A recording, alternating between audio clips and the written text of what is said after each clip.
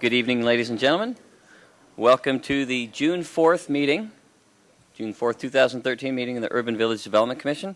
We have a lot of stuff on our agenda this evening, and there are a few things that I've added to the printed agenda that are some are minor, some are not. But I'll take you through those as we go. First, I want to call the meeting to order. And before we move on, I would like to welcome Chantel Stevens to the commission. We mentioned her name last time along with Tim, but she wasn't here, so we would like to welcome. Would you like to just say hello and introduce yourself? Hello, I'm Chantel Stevens. Yes, so I'm thrilled to be here, and I apologize for missing the last meeting. I'm on the Planning Commission. I was on the Economic Vitality Task Force a while ago. I was on the Sister Cities Commission, so I've been on quite a few commissions in the past. In my day job, I'm an analyst with the King County Council, and I also manage nonprofits. Great. Excellent. Well, welcome. And do you live in Issaquah Highlands? Is that right? I do, in the lower part of the Issaquah Highlands, so close to the park and ride. Thank you. Great. Thank you. What is not on this agenda is the fact that this is a public hearing tonight. Quasi-judicial matters will be discussed. I'd like to note that if anybody has had any ex parte communications regarding the matters at hand outside of this chamber, or have any conflicts of interest or perceived conflicts of interest, if you could please disclose those at this time. Seeing none, we will move on. Anything else from you on that? Okay, terrific. So we're going to go ahead and move to the meeting minutes from May 21st meeting 2 weeks ago.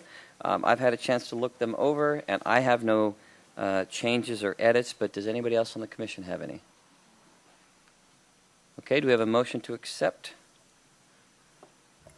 I move we accept the meeting minutes from 21 May 2013. Do we have a second? Moved and seconded. All in favor? All opposed? Okay. We move forward with that. I did notice that you did get the word Jeff Walker despises carports. I thought that was, I guess it was a little bit direct, but so true. Okay, another agenda item that I'm adding, as it was not on our sheet, is the election of the chair and vice chair. 2 weeks ago, we had nominations. As I recall, they were fairly unanimous. So if someone else would like to take this part over, I can do that would be great. So I'd first like to open nominations for the chairman position. Currently, Jeff Walker has been nominated. Are there any other nominations for chair of the Urban Village Development Commission? Okay. Would you like to vote for them sequentially? Okay. All in favor of Jeff Walker as chair of the Urban Village Development Commission, please indicate so. Those opposed?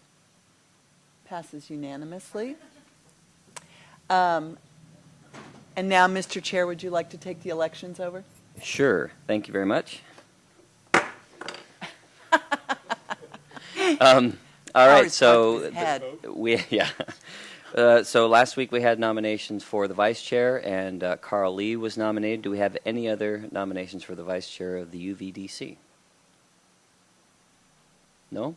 Okay, let's go ahead and take a vote. All in favor of Mr. Lee being the vice chair? Okay, it is unanimous. All opposed? No. Okay. There we go. Thank you for your support. All right. We are now moving on to, and I also want to note that there will be a decision made, or perhaps a non-decision made this afternoon or this evening.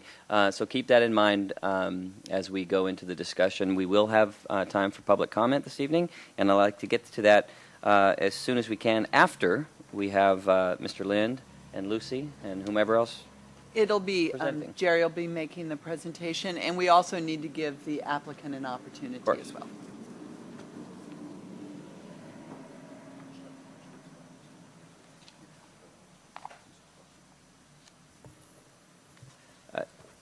Is it too noisy with that door open, or can everybody hear okay?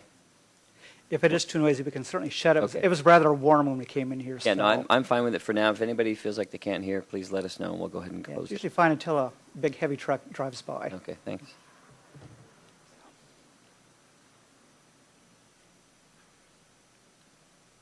Oh, okay. Thank you, Mr. Chair.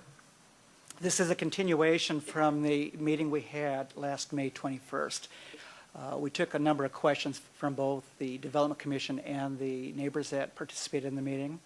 And so you have in your packet tonight a briefing memo.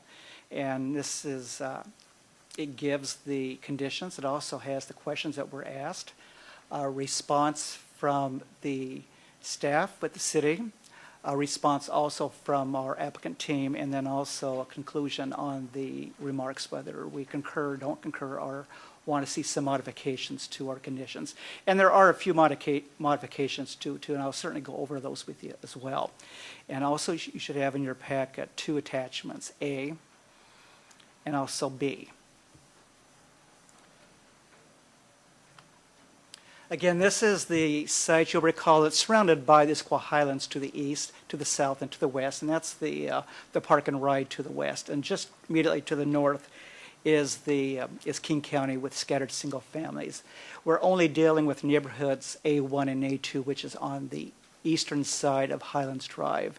As Lakeside develops in the future, you'll get the other properties downhill from 9th Avenue. This is the site plan, and I wanted to show this one again because I know there was quite a bit of discussion on the Panhandle itself, which includes both the portions of neighborhood A1 and also A2. Now, the Panhandle still does contain the 30 townhomes, but as you'll see, some of those townhomes are actually within neighborhood A1. There are a few buildings, 1, 2, 3, 4, 5, within the A2 on the easternmost part of that. What you saw before was a fairly gray marked distinction between the neighborhoods, so it's been highlighted a little heavier here in the red for your viewing. This was the rendition that was given from the applicant, and you can see the green spaces, the flats to the west, to the east, in the lighter or the darker brown color are the actual town homes. There's a number of responses, and I've got them all in order. There's quite a bit of writing, so I'm just going to go over those very briefly, too, to give you more time to see this. And I think you've seen this in the staff report. But I know there was a question about the height of the townhouses. The apartments, first of all, are 4 stories. The townhouses are lower. They're 2 and 3 stories. 2 stories if you see it from the residential side of the properties. 3 stories if you see it from the street side, but they are limited to 12 feet per floor, which would be about 36 feet. And you also have the pitched roofs on these too, and that does not count towards the height. That sketch you see on the left, 7 stories, that would be allowed within the larger neighborhood at 7 stories. Nothing is coming close to that in either neighborhood, but you can get an indication about how that measurement is actually taken between the townhouses as well as the apartments. Response 2 was a question about how many trees are going to be removed. Most of the trees on the site were removed earlier with all the grading activities, and it's still under the site still being filled. But I think this came mostly from some of the neighbors to the north that abut the site. Most of the trees will be removed. The yellow line represents the northern boundary between the King County and the Lakeside site. This is an older aerial photograph from 2006, so there might have been some modifications even on that to this day that we don't have. But pretty much most of the trees will likely be gone, replanted, except those trees within the panhandle of the critical areas, steep slope areas. Number 3, as you recall, the around building 4 was a pedestrian walkway that kind of looks like it was kind of thought up the last minute just to get it in there. We'd like to see it more integrated with the architecture between the building and the carports. You have the walkways, even a north-south one you see that comes into it. Maybe a little plaza and seating area could be there to make it a little bit more special.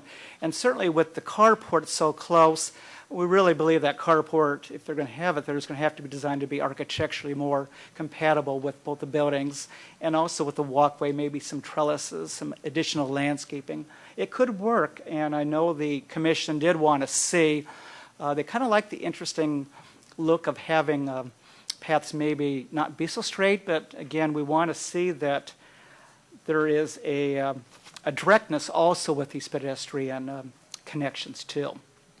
So we're not totally opposed, but it can be fixed.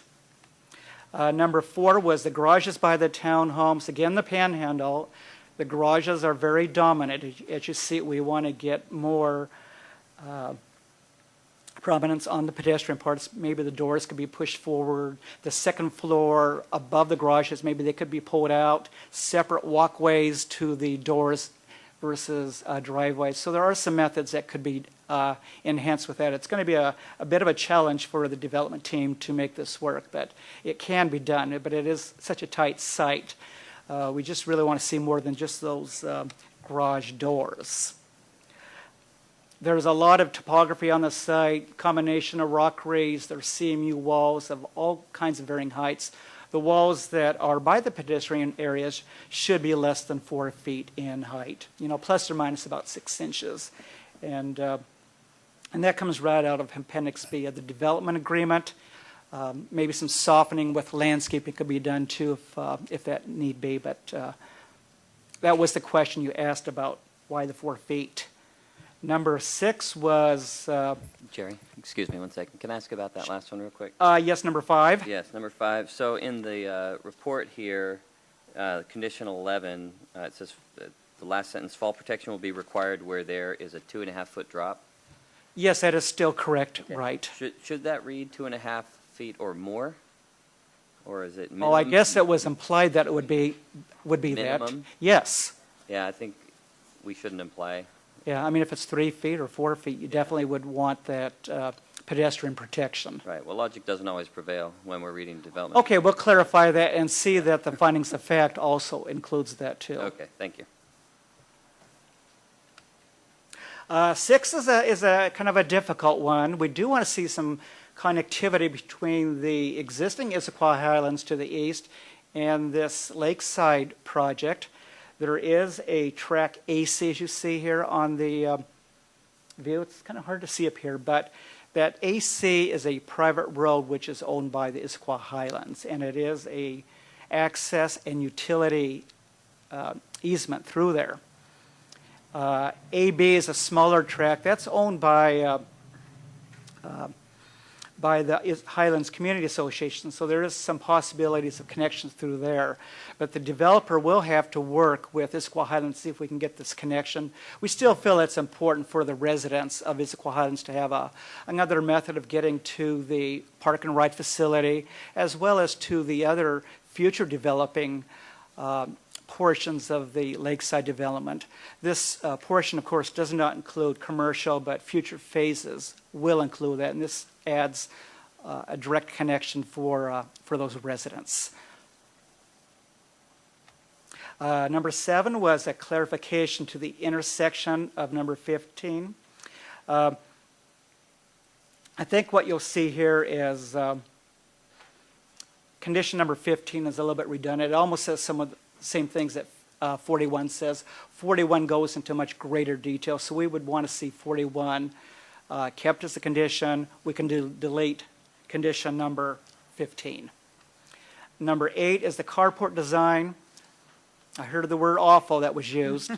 As you recall, it's mostly some poles with a flat roof, and it's really not too compatible with the architecture of the building. So certainly some pitched roofs, some other elements on the carports, additional landscaping, maybe there could be lattices, maybe no carports at all, although the applicant does want to have the carports, and they are not prohibited from being used. But if they are to be used, they should be compatible. They will need to be reviewed and approved by the Architectural Review Committee. Number 8 is about the loading spaces. The agreement requires for a project of the size, they provide 2 loading spaces. I've given you the size here, 10 feet by 25 feet. We did make a recommendation, maybe one of them could be put by the clubhouse. The applicant thinks maybe that's not the best spot, but we're open to where 2 spaces could be used for loading vehicles, whether they be deliveries or moving vans that will be needing those spaces. So we'll see a little bit more detail on how that fits in. Number 10, 3 elements of sustainability. That could be solar cells, panels on rooftops. It could be rain gardens, heat pumps. There's a huge list in the development agreement. We'll be looking at those elements when the development plans come in to see that they incorporate those elements. Stormwater. Doug Schlipp is here if you have any more questions on that. Dan Irvin gave quite a bit of information on this before. Because the stormwater itself will be allowed to go into Black Nugget Creek. There will be some cleaning of the water, of course, before it gets to there through the facilities and vaults. But it will be allowed to go to Black Nugget Creek.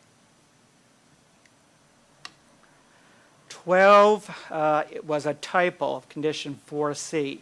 ER and R should be a F and R, that's Eastside Fire and Rescue. So we did make that correction on 4C.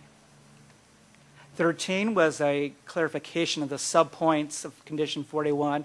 And you should recall there was a number of subpoints, I think it went A through F. We should put commas by all of them to show that they're all inclusive. One of those commas turned out to be a period. So we did want to clarify, make sure that it does include all those, so you'll see the comma in place, and also the word all. So it does include all of those elements. This is for the crosswalk at Highlands Drive that will lead over to the park and ride lot. Also, the commission talked about embedded lights.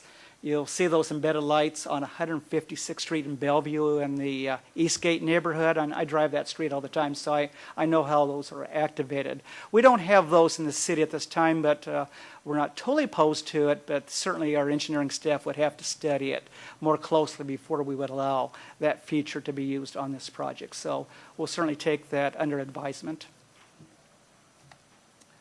Number 14 was the circulation to I-90, and to make it clear, there will be a new signalized intersection there.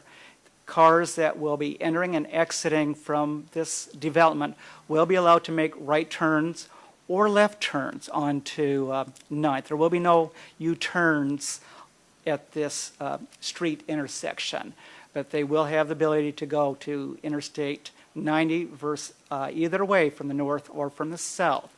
And again, the ratio of the new roads with these dwelling units are very compatible and similar to other neighborhoods within the adjacent Issaquah Highlands neighborhoods. 15 was the response to the architecture of the townhouses.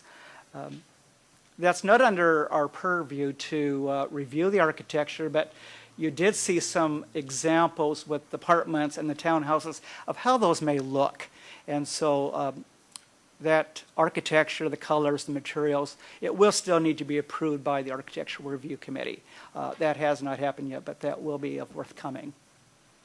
16 was a concern about view corridors. This came from some of the residents at the Panhandle because the buildings are fairly tight.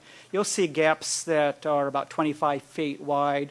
One area that's actually 55 feet wide between the buildings.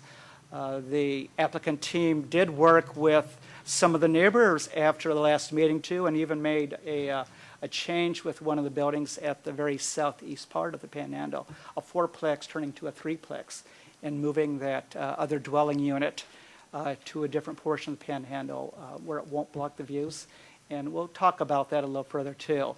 And between these townhouses, the fact that we got these views, we don't want the views to again be covered up with trees that are too large. There are a lot of Douglas fir, grand firs too, and as you know, those trees can grow 100 feet over time, maybe even more under the right conditions. So we would ask that those trees be placed more appropriate locations where they're not going to cause too much shade or block views. So you'll see a new condition 42 that is added, limiting the evergreen trees on the site. We'll keep it lower between the view corridors. 17 was move the density of the Panhandle to A1. The applicant has said no. They are allowed to have 60 there. They've got 30 there.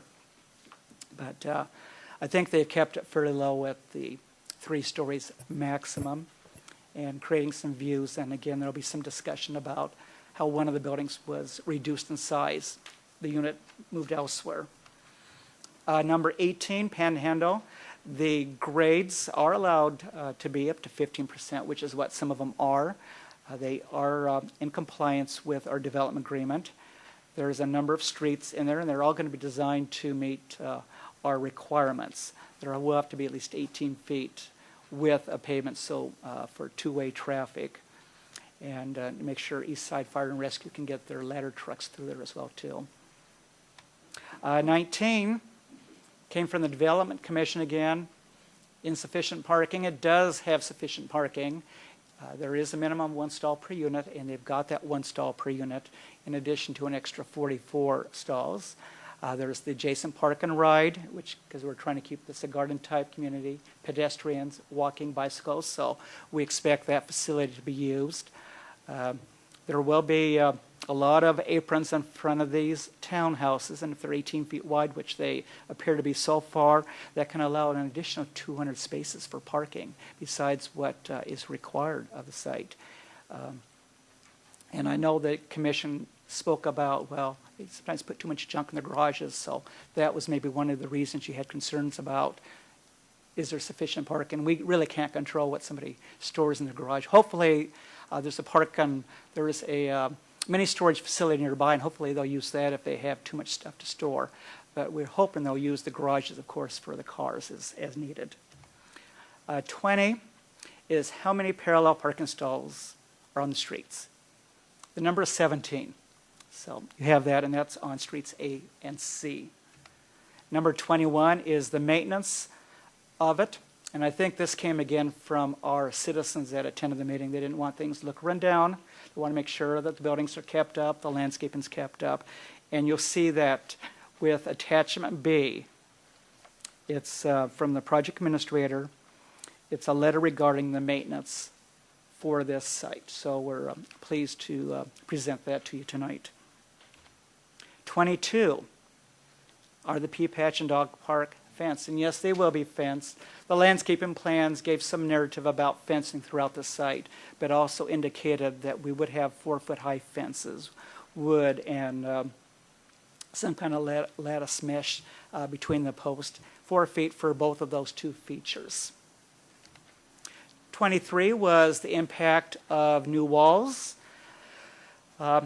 If they are to impact any of these neighboring properties' fences, then they'll certainly have to get easements from those neighbors because they can't impact it unless that's the case.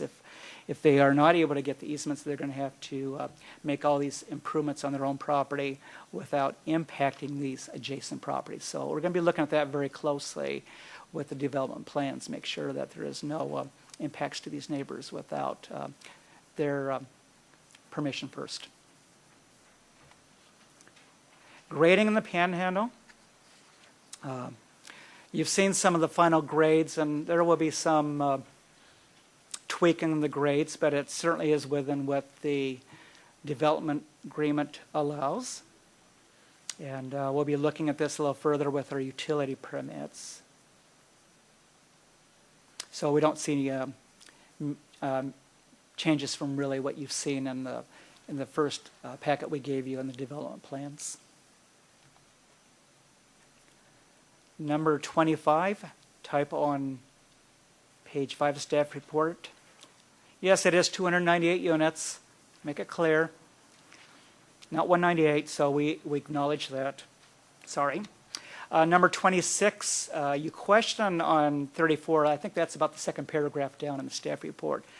48, I think there was maybe some confusion thinking, are we talking about elevation feet of the buildings or what? 48, 480 is the elevation spot on the property. So it's not 48, it's 480. That is a spot elevation. 27 is the parking lot landscaping versus clarity. Now the parking lots will have to have landscaping around the periphery, and we've seen that pretty well. There's also part of the agreement requiring that to provide 1 tree for every 6 parking stalls within the lots. So that's a different thing too, you see. Now, there will be maybe some adjustments made on that because of architectural features that could be allowed in these parking lots. The applicant has shown the use of carports, and maybe they could be acceptable too if they're designed correctly. So we'll be exploring that a little further. There may be some further opportunities to get some additional landscaping into, and we'll be watching that as the utility permits come through. So we want to make sure that there's islands, peninsulas in the larger lots to break up that appearance of the asphalt. Okay. The rest of these slides right here are the applicant's slides I received today.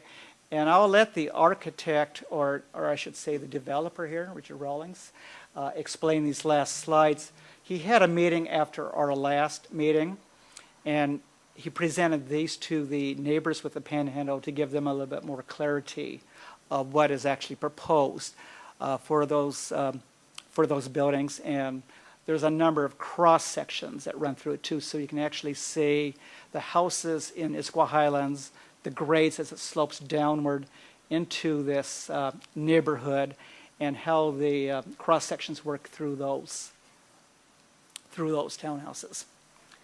You've also got attachment B, or attachment A, as I mentioned, and it has the guidelines to the project. Again, this Panhandle has been the toughest part for everybody to work with, because it's a constrained site. It's only 90 to 95 feet wide, and with the straight landscaping driveways, it's constrained to get it. Again, we're trying to make it as friendly as we can along that street.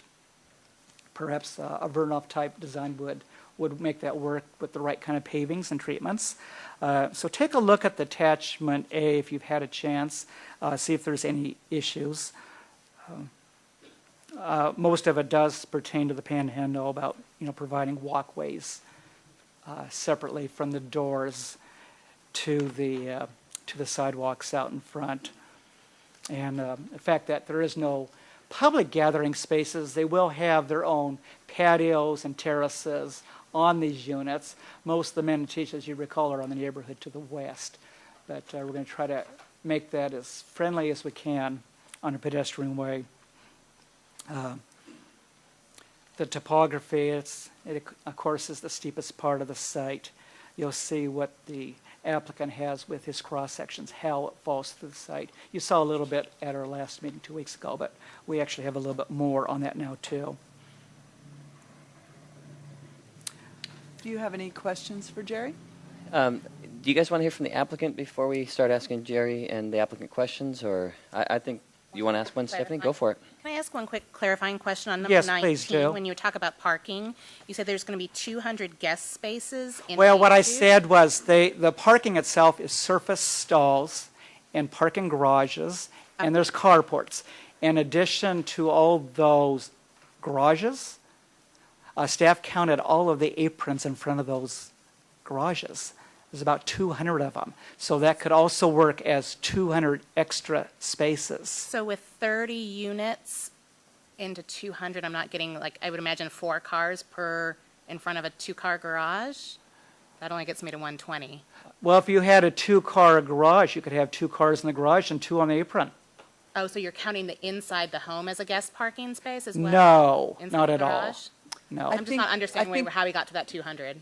I think what may not have been apparent is that the larger garden-style apartment buildings also have garages on one side, and those have driveway aprons in front of those garages So as if I well. may, I think you're thinking A2 only, 30, and Well, that's what you're, it says here is but you're two. referring to the entire project. A1 and A2 is what we're A1 referring and to. A2. A1 and A2. Okay. Yeah, all the parking on the site. And so when we looked at all the buildings, the apartments and the townhouses, we calculated that there was about 200 extra spaces that could accommodate parking as needed. It does state in here just A2, so I think I that's see where where the the- confusion Where the Okay. is. Well, thanks for that Yeah. clarification there and notification to us. Okay. Yes, Tim. On item number 1, regarding the heights of the buildings, and in the original drawing packet on page A7, there was a drawing of T4, And if you take a look at the way T4 steps, and your conclusion here was that it's the height of the building because there's not fee simple units. It is the height of the building, and there are, of course, duplexes and fourplexes. Well, T4 is a fourplex, and it loses 1 story as it goes from the, It's going to be a tough one, west we east. realize, yeah. There aren't any dimensions on there, so. No, there isn't. And I don't And scale unfortunately, drawings. we don't have any other elevation drawings either than what you saw there, too. Okay. I So think they are going to get within the 36 feet? they have to meet the Okay. height limit, and I think the applicant's going to show some additional drawings tonight that will hopefully clarify that. I just want to quickly say that your response to all our questions and concerns is a superb job. Oh, thank you very much. Just really put together well. I appreciate that. Yep. Thank you, Judge. Would you like the applicant to go over some of this panhandle? Yeah, Mr. Rawlings, is it you? Yes, come on up. Oh, by the way, before you speak, if you don't mind, for public comment, we do have a sign-up sheet right here that Karen has. She's going to put it on the table. If you could please sign up after Mr. Rawlings speaks and we ask a few questions, we'll be opening up for public comment. Thank you. Good. Thanks very much for being out tonight. Maybe just to begin with, the comment about the height of the buildings, the townhomes in particular, measured from the lowest slab in that building to the ceiling of the upstairs, say, bedroom unit, and we'll be within that 36 feet on those units. So we can manipulate the floor to floor, rather than maybe 10 feet, it's 9 feet to make sure that we're under that height limitation. The exhibits here, there's a couple of them. These were generated after the last meeting for our meeting with Dan and Ann and a few of the other neighbors, and we want to recognize and thank you for meeting with us and and really I think developing a good relationship, a working one. This exhibit was just put together to kind of indicate in the blue there, that's just the scale of the footprint of the homes that are around the Panhandle. And then you can compare that to the footprints of the buildings that we're proposing. So that's one communication in this exhibit. The other was our suggestion to address building T8, which is the building that is most at grade with our neighbors, similar backyard elevation. And in particular, when it was a fourplex, it was a small setback on the south side and about a 18-foot setback on would be the east side. And so the suggestion here is we could change that four-pack to a threeplex, thereby giving you about a 25-foot setback to the fence line of that project. And for reference, Dan, who has spoken before, he lives in this house, and this is his garage that he enters in off of the back alley. And so building T7 will be rotated from, it was previously taking access off of the main road here. We'll rotate that so it faces T9 to the east, and we'll replace that unit there.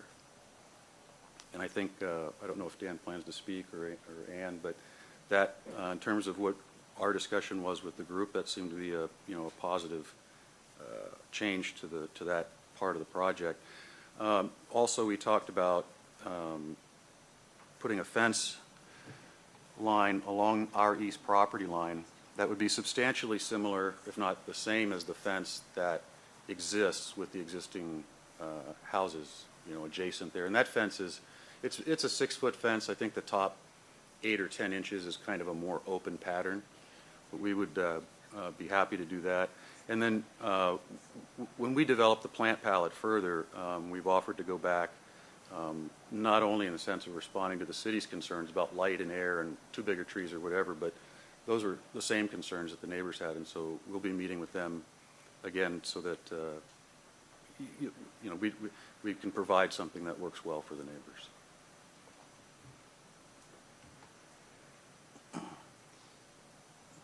This was used to indicate if you were at grade with an adjacent home or yard, kind of what would you see of a 27-foot high townhome?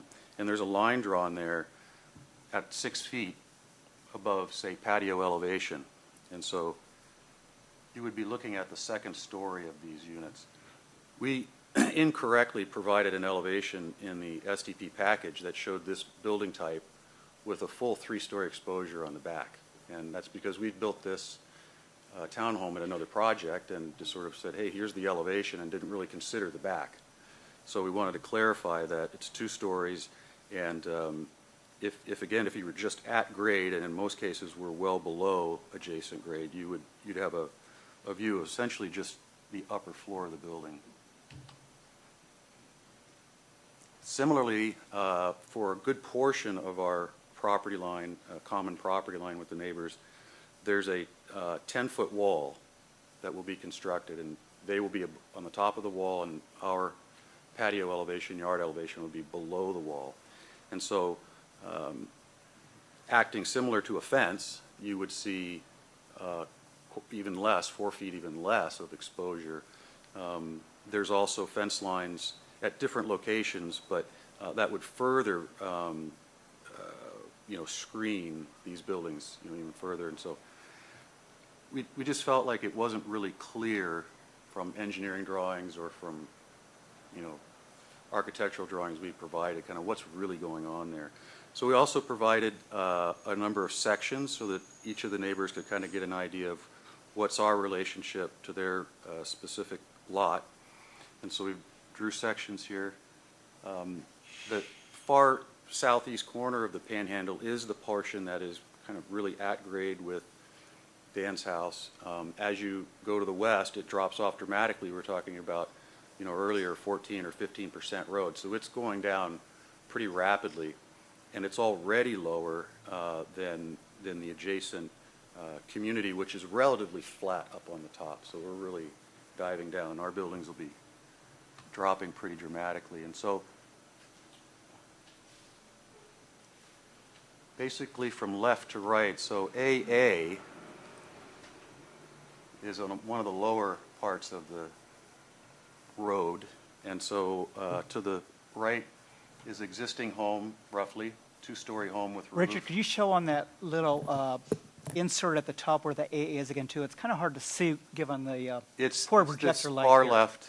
far left section, and roughly speaking, and this was taken to get these elevations. These are sewer manholes up on the road. We just take them right off the city website, so we can have a pretty close idea about where that community is relative to ours. This is the only home on the hill, Ann's home, that has a basement exposure. So she actually drops down to a basement that daylights to a yard. And so that's what was blued in there, right in this area. When we met with Ann, she kind of clarified that. So her yard elevation is down at this little blue line, and then it drops off to her fence line. Then there would be a 10-foot wall. And then our patio area, again, with a 2-foot or 2-floor building exposure there. But in gross picture, you can see that there's quite a bit of vertical separation and quite a bit of view line left. So BB would be adjacent to Ann's neighboring house. And again, 2-story with roof, existing structure, their flat yard area and a slope. Again, a 10-foot wall and that same patio, 2-story exposure on our building. Now, CC is up here, and that's approaching where it will be more even with our yards, more even with the existing yards. So that's represented here. Here's a 2-story structure existing. And then in that particular area, we have about a 3-foot wall, so rather than the 10-foot. So our patio elevation is here. And then again, the 2-story building exposure. The little blue box down here is indicating, because this is looking, you're seeing the front of this building, that's the access to the garage in that location so that they can see where that is. Richard, is that indicating a tree? Well, yes, they roughly speaking, landscaping, Okay. not necessarily a tree of that scale. And EE,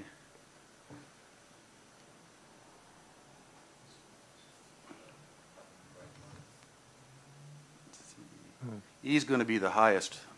That's up here, and this is in this area where there's an existing knoll that's significantly higher than this house in the adjacent neighborhood.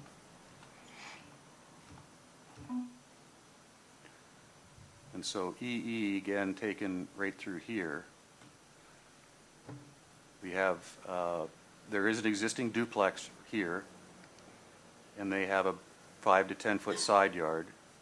We will be putting in about an 8-foot wall here, so cutting down below that adjacent yard. T9 is here with a 2-story exposure in the back, and then it's full 3-story exposure in the front facing west. And then you cross the street to T7, which is the building that would become a 4-plex in the new offering. Sorry, 3. It was a duplex. And D then is fairly near the end of where the alley is through this area. And existing yard here, small wall 2 to 3 feet, so we're roughly similar rear yard elevation with a 2-story exposure, and then it drops down to the 3-story exposure facing, well, at least facing away from the neighbors. Is that the end, Jerry? Yes, it is. I think it is. So again, these were from the meeting. We spent, an hour plus there with a number of neighbors. I think we had very, really good conversation, better understanding of what the proposal is, what we're proposing.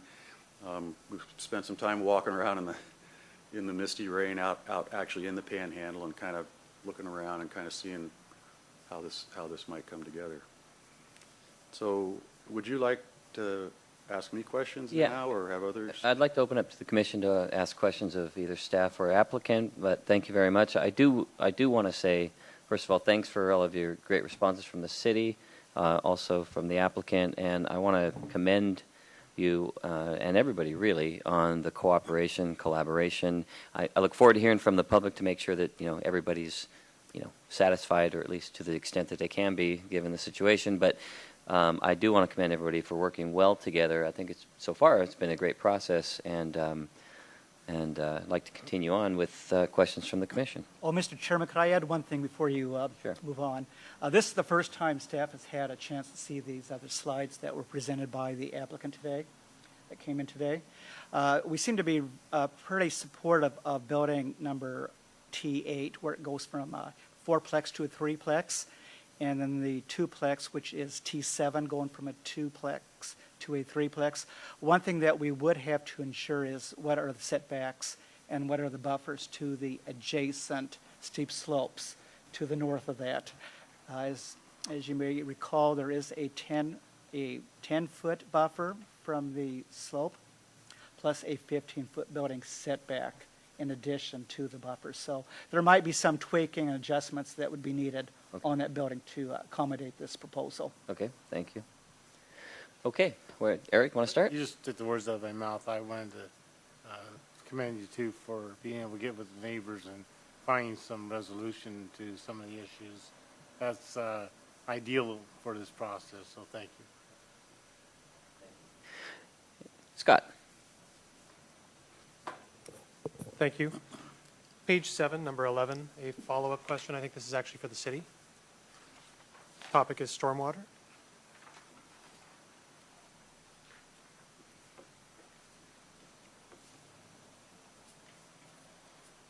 And the question is a follow-up question. So I see that we have a call out here specific to temperature monitoring, so that's fantastic.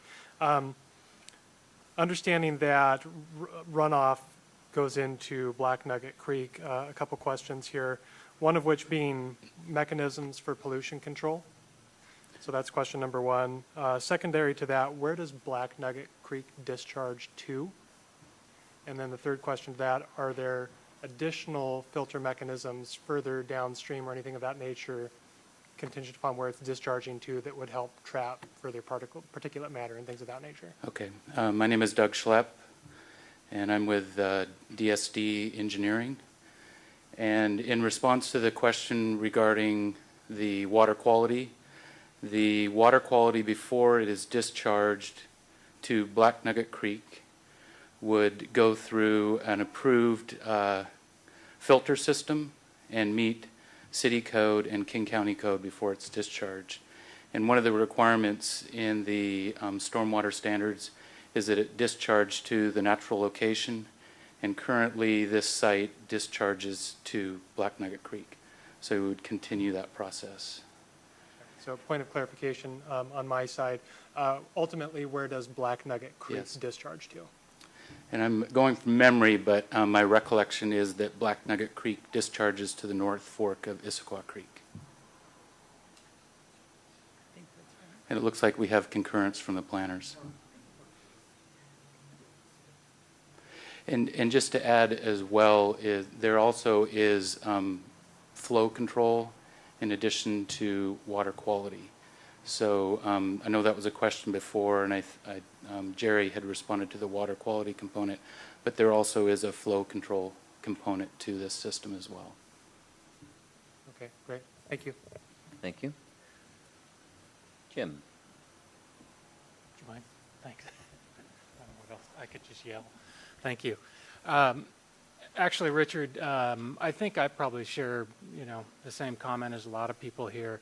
And I was kind of expecting to come into this meeting, just wondering what you had done in terms of the Panhandle, and then I saw on the memorandum, if I can get to it here, number 6, which said the applicant concurs with staff comments.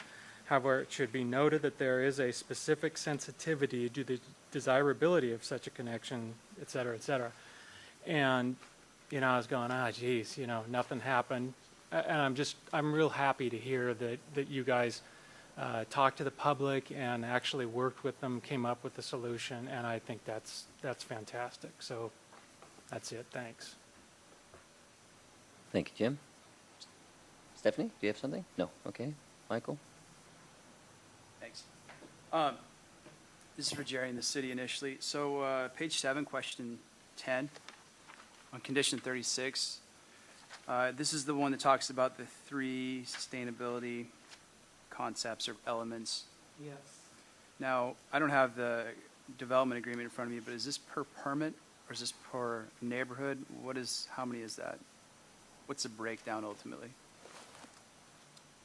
Because I see heat pumps in here, so if you build 3 townhouses with heat pump units, which are like $3,000 now, have we met the goal? No, it's more specific than that. You may remember, Michael, that there's like a $5 per square foot Okay. amount. So, That's right. and a pretty, you guys asked us a lot of hard questions during developing the development agreement about how that was going to be accounted for and stuff. So it is most clear with this neighborhood how, what those elements are and sort of the level of expenditure. Okay, perfect. Yeah, it's under 3.4.3, the development agreement. Heat pumps, heat recovery ventilators, increasing the insulation with the units, triple pane windows, individual unit energy monitors, solar hot water.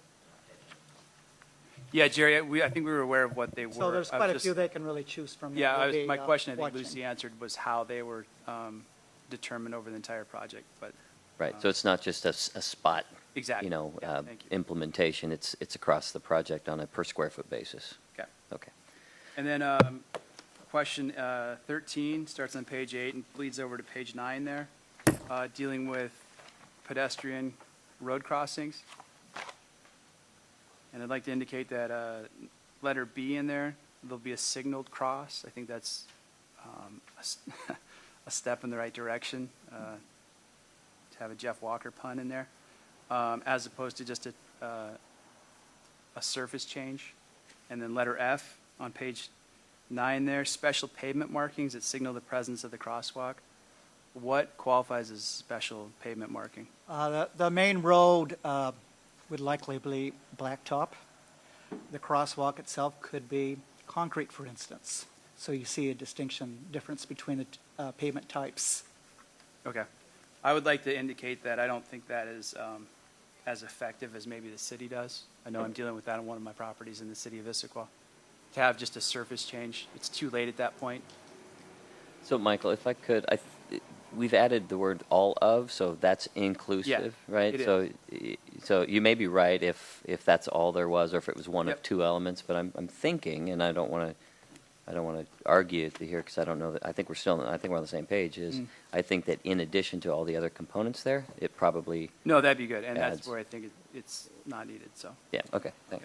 And I think it should be noted, we spent a long time with the police department drafting this condition, and they had, I think that's part of the reason that this is called an intersection, is because they wanted the level of signalization to draw attention to it as if it's an intersection, not as if it's a mid-block crosswalk.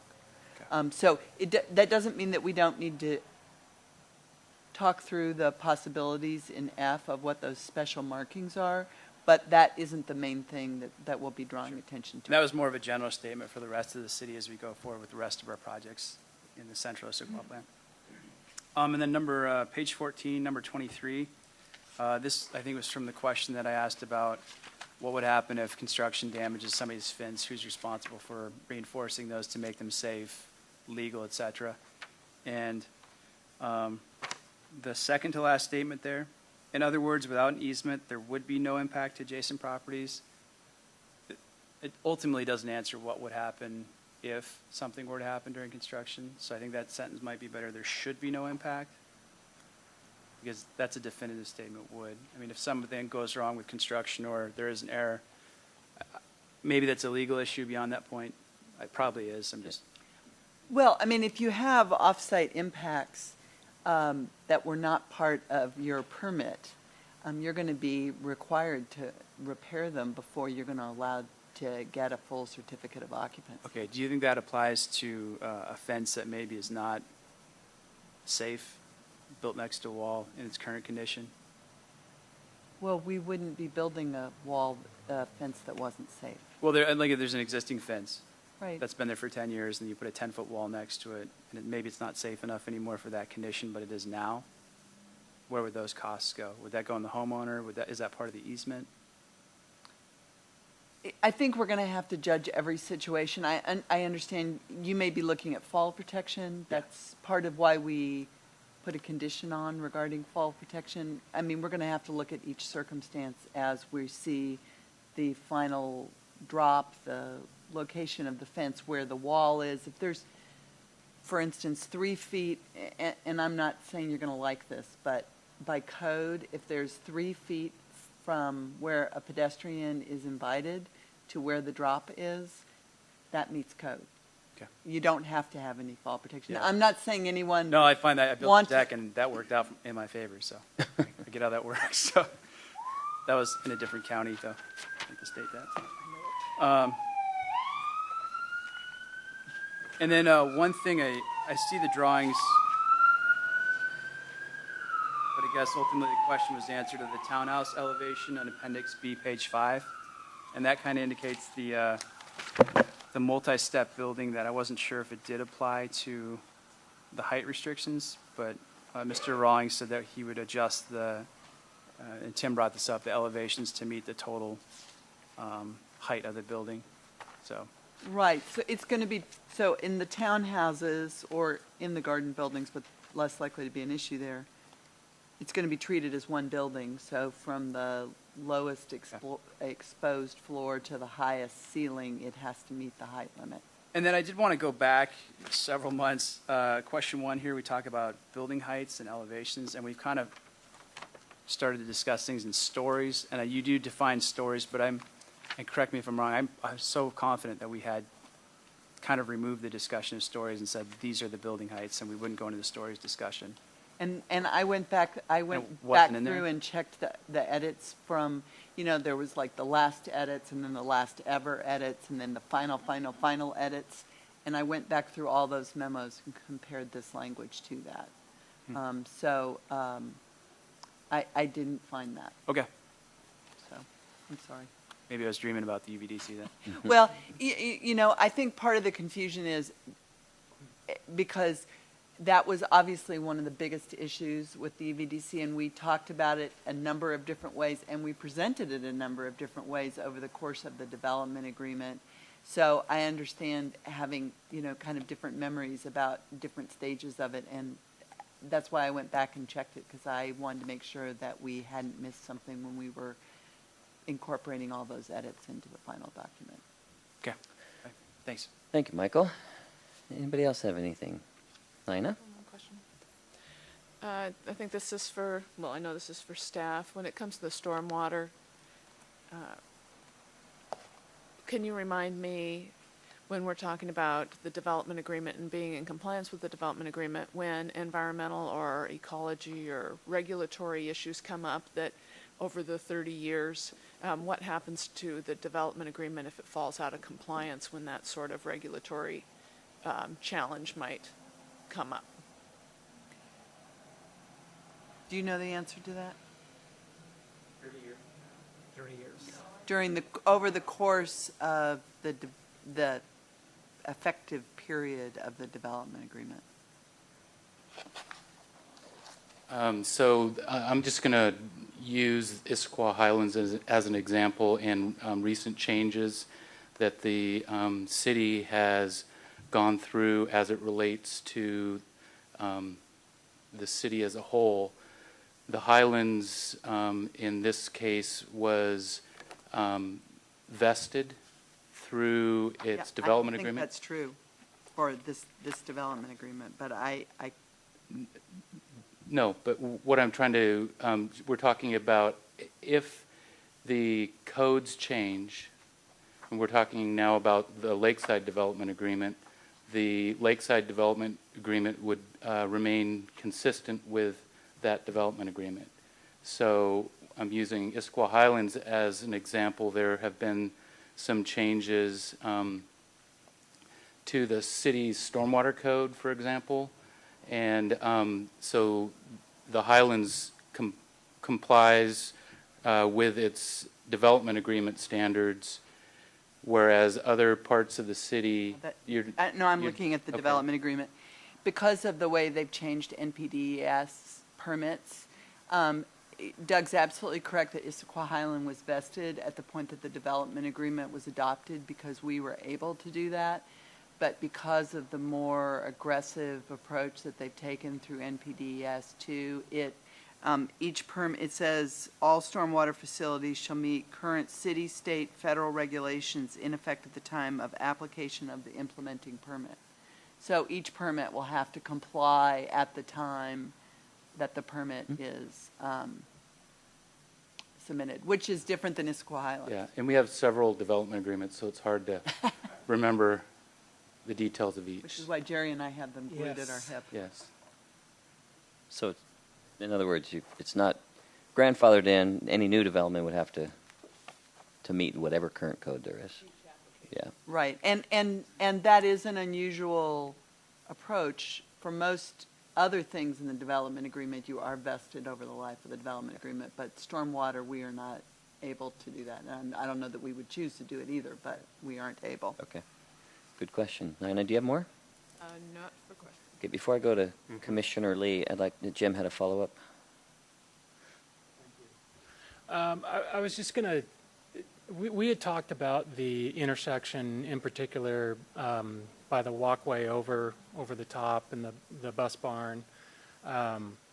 And it seems to be a pretty important subject, and we just kind of mentioned again that, or you mentioned, Jerry, the crosswalk up in Eastgate on 156th. The one with the lights in it, yes. Yeah, and you mentioned that the engineers in the city of Issaquah would have to take a look at it first. We'd have to look at it on a citywide type basis. We have none of these today. Right. What's going to get the city to do that? Because I look at that street, it's 4 lanes. It's, in terms of the number of cars, it may be about the same. I would think fewer people crossing that street in Eastgate. What's going to get, what do we need to do to get the city to look at that? The studies are showing that those actually cause more problems, in that people become desensitized to other locations because they expect to have that level of higher warning, warning, warning.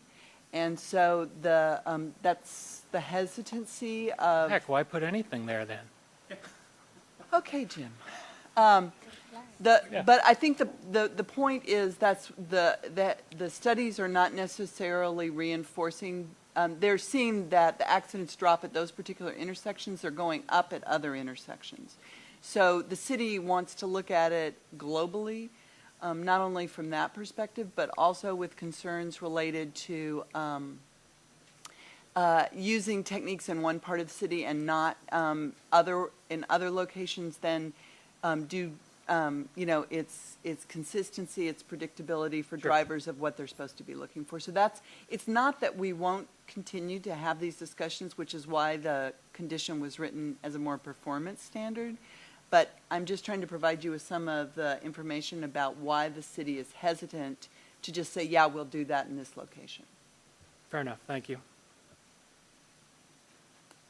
All right, Mr. Lee? So no question, this sort of echoes what Eric and Scott and others have said, but I particularly want to thank city staff, because usually when I first read these, I go to the conclusion, and many of them say staff recommends no change to the approval condition all throughout the document. And I just sort of have the slump of my shoulders that nothing has really been addressed, but many things were addressed, and the things that weren't addressed were explained very well. So I really appreciate that attention to detail and comment. So thank you for that. And some of the conditions were modified, and then, of course, we did add condition number 42 also. Thank you. Yes.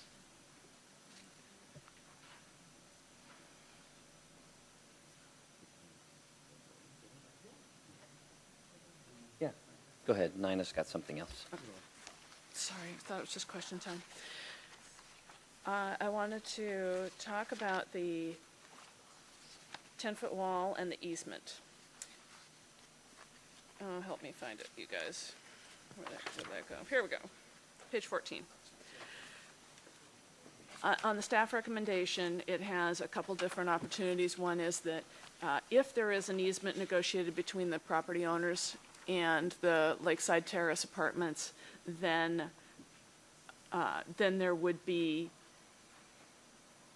an issue of the maintenance of the wall that would be shared by the easement provider, because the wall would technically be in property that they share liability for with the property. And the other option is to say that the wall is contained entirely within the Lakeside Terrace property. Do I understand that correctly? And then that way there's no easement and there is no impact.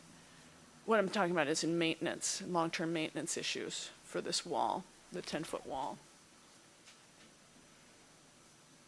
And so I wanted to approach that option or eliminate having two options and just saying that it should be those walls and the maintenance thereof and the responsibility of those should be on the, could they be just on the Lakeside property?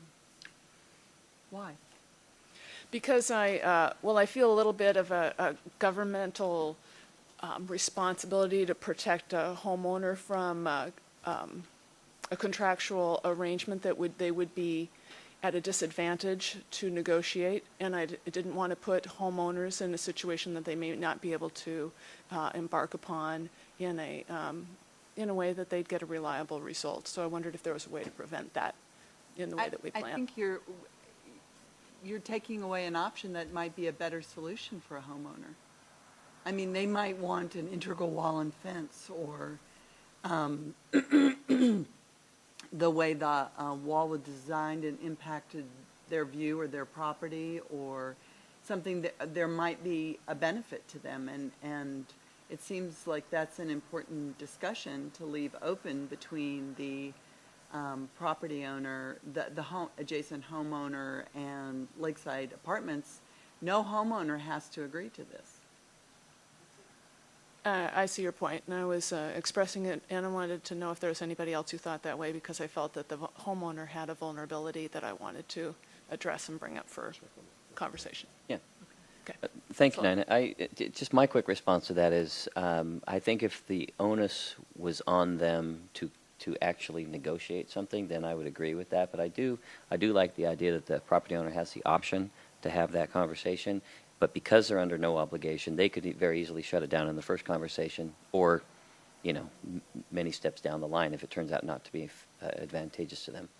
So I think it's okay, given the, I'd like to give the homeowner the option to make that deal or get the benefit, And or not. not that we're going to be big brother, but, you know, because we're going to be issuing a permit on someone else's property, we're going to look at the easement to some extent to make sure that we're feeling like the proper things have been addressed to allow that wall to take place. Now, it is predominantly on the homeowner to have responsibility for that, but it's not that we wouldn't look at that before we issued permits. But in that case, with the city, would there be any liability issues or veto power or anything like that? Because that sounds like we're getting into dangerous territory there. No, I don't think we would have veto power, but we would want to make sure the basic things like maintenance, et cetera, were addressed.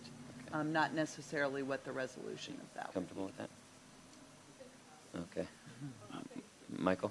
Thank you. Thank you. Is the concept of eminent domain at all applicable in an easement like this? I know we discussed it with other development agreements for streams, but would a fence fall under that? Could the city do eminent domain to get the easement passed to approve this permit? I don't think we'd have any basis Okay. for that. Yeah. Eric? I just want to support, and I do appreciate that concern. I think that's part of what we do is to look after existing homeowners to some extent. And in this case, it sounds like it was addressed, but I do share, you know, that point of view, as in the case with the one earth, where it was the responsibility of the homeowner, and we got that changed. So Yeah. share that with Little different scenario, but I understand the parallel. Concept, Yeah. Okay. Well, and I think, you know, that's why we have these discussions with commission, is the opportunity to make sure that sort of robust and well-rounded discussion of potential impacts has been addressed. So I appreciate you looking out for the homeowners, Dinah. Okay. So if we do go through the trail, then it dumps up to the existing non-improved street, the street without sidewalks. What would happen? Are we okay with just having a trail end on that street there without sidewalks? So right now, there aren't sidewalks, and I think that would be, that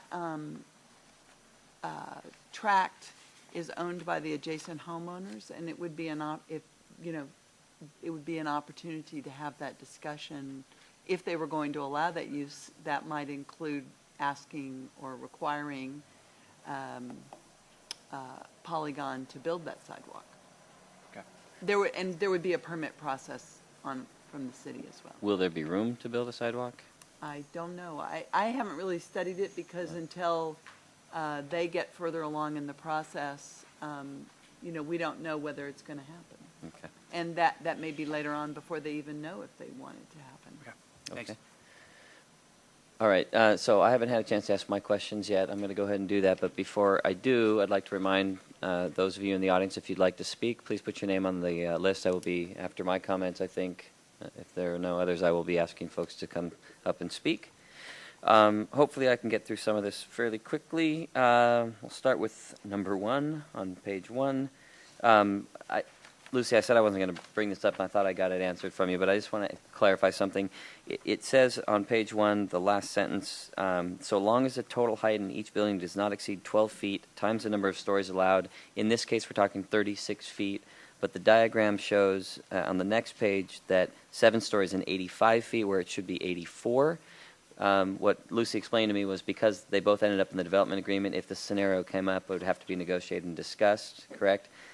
My question is this: does that affect anything beyond this diagram? In other words, if it's 3 stories, 4 stories, 5 stories, anything but 7 stories, does the sentence 12 feet times the number of stories allowed prevail? Do you guys understand what I'm asking? Stories times 12 feet would prevail in the 3-story In anything example. other than 7 stories, because the 7 stories is depicted in the diagram. Okay. So if we ever got to that point, we can have that discussion.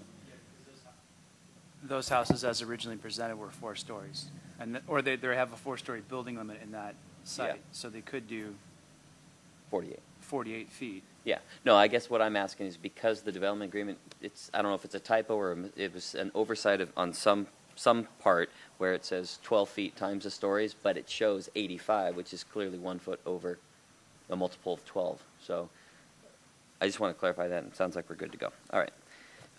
Let's see, page 5, we addressed that one. Okay, condition 14, number 6 on page 5. Eric talked about the final sentence there about the sensitivity and that they have addressed it. I don't think this part has been addressed. The sensitivity still exists. I would highly encourage the homeowners there. Thank you. To seriously consider a pedestrian connection there. I think it's very consistent with every single neighborhood in Issaquah Highlands to be connected to everything within and adjacent to the Highlands for the most part, I think. And it would be a real shame, I think, even for you perhaps as the neighbors to not have that connection to go straight down if there are amenities in future developments and so forth. Anyway, so I would just like to encourage that if it's not too much of a burden, I think it benefits more the community as a whole than it might impact the number of homes there. Considering, I'm just sort of considering volume of people. I don't think it's going to be that many, but I think it'll be a really nice way to move people in and around. So that's just my comment on that. Let's see, page 6, carports. I don't know what to say. I can't stop you from putting carports out there. And I guess my bigger concern would be if carports are in fact used, which I encourage you not to use. The ARC, I'm assuming, will oversee what that looks like, but we'll have no impact or be able to address that in any way other than my displeasure to anybody else's here. So there actually is a condition that the carports along the pedestrian walkways have to be designed in a pedestrian-friendly manner, which would require additional design elements, and Yep. and the city would be looking for that. Okay. But you're right. Other carports that are in things that are more like parking lots where there isn't a pedestrian component would be up really to the ARC. Yeah, and I see and appreciate that. And so thank you for that. I think some of the other concerns are, we can't control where people put their storage, but I don't know if there's going to be anything in the CCNRs that say you can't store your junk in the carport and cover it with a blue tarp or whatever. Put an old car with no wheels on it, or I don't know what people are going to do. But if somebody has a covered spot, they tend to think they would do something that they wouldn't do if it was uncovered. Or if it was generally part of some sort of a parking structure. And that's just from seeing that in personal experience. The other part is the design that we saw was flat roofed, and I'm not sure that's the final design, but we've seen boat mooring areas and carports get covered with heavy wet snow, which we tend to get around here. They tend to collapse, be dangerous, and they certainly don't look good under any condition, snow or not. So. Do you like them? I love carports. So the one thing I'll say is that as a rental community with on-site maintenance and management, they often have more control than you would if it was a condo project or something where Yep. you didn't have that, because there usually are a lot more rules about what can be done in carports and on decks and things. Yeah. So I guess my final comment on that for now is that if in fact carports are used, I would love to see something in place that doesn't allow them. Yes, do you have a response to that? Okay, great. Doesn't allow them to fill it up with junk. Great. I have read the CCNRs for the larger community, but I couldn't say for certain that addressing storage of vehicles, RVs, boats, inoperable, it's pretty standard language in every CCNR. If it wasn't there, we would certainly support that. I don't think Lakeside would have an issue with that. I mean, it's a community-wide standard, and that's typical. In our case, we operable vehicles only, and not operable meaning it moves, kind of like Right. like the police department. You don't just get to leave the operable vehicle there for forever and ever. Right. But certainly in terms of sightliness, it's vehicles, driving vehicles or motorcycles, for example. It's not boats and trailers and boxes or crates or anything like that. So we would certainly work with the city or whatever to if we needed to record additional language to kind of satisfy that. I appreciate that, and I think there's a safety issue there too. So I appreciate that. Thank you. In terms of the roofs, yeah, I mean we certainly don't want to create a hazard or have to replace them or all the cars underneath. So they certainly would be designed for wind, snow, all of that, and flat. Is a relative term, but they will have slope to them. It won't be an absolutely flat, and maybe it'll have we haven't got there yet, but it may have a steeper pitch to it than we're used to, if that's one of the architectural solutions for that. And color and materials are addressed under the ARC, correct? Okay. All right. Thank you. Jeff? Yes. Just real quick while we're on the topic of carports too, is I think in this development you also have those views from above that you may not have in other developments, so that kind of makes that view of those carports a little bit more important, because it would really look, if they were all just flat and uniform, it's going to look absolutely kind of bizarre from above looking down on it. Yeah, I think that's an excellent point, and we had long and varied discussions regarding above views of various buildings and properties. When we talked about the Raleigh property, for example, it is in there. Okay, so you can hide it from the side with landscaping. But there's not much you can do. Yeah. It's architectural from above. Well, I will point out, personal opinion, looking down on carports, looking down on a parking lot, I'd pick a carport, depending on what the roof material was. I'm going to look and see what it says about that. Okay. Shall I continue on while you're looking? Sure. Okay. All right. Let's see here. So I find the discussion about the blinking crosswalk funny, because what it sounded like to me was that crosswalk is so effective that it's rendered other ones ineffective, therefore we should not be effective. And I find that very funny, and I think of something like a roundabout, where roundabouts weren't the norm and they were odd and they made people feel a little bit funny or different going around them. They tended to work pretty well, and so they've started adding them elsewhere. I would encourage the city, in whatever form possible, that we look at those effective. I think that's an extremely effective crosswalk, and I don't think it's ever stopped me from thinking another one is ineffective. But I'd say we raise the standard, not dumb them down and hurt people in all crosswalks rather than 9 out of 10.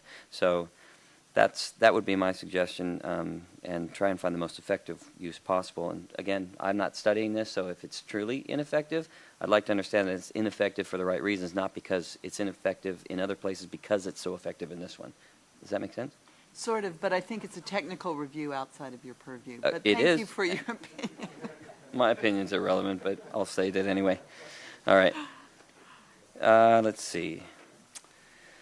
On number 20, page 13, we talk about parallel parking. My question is fairly simple. The 17 parallel parking stalls, I've asked this in other applications.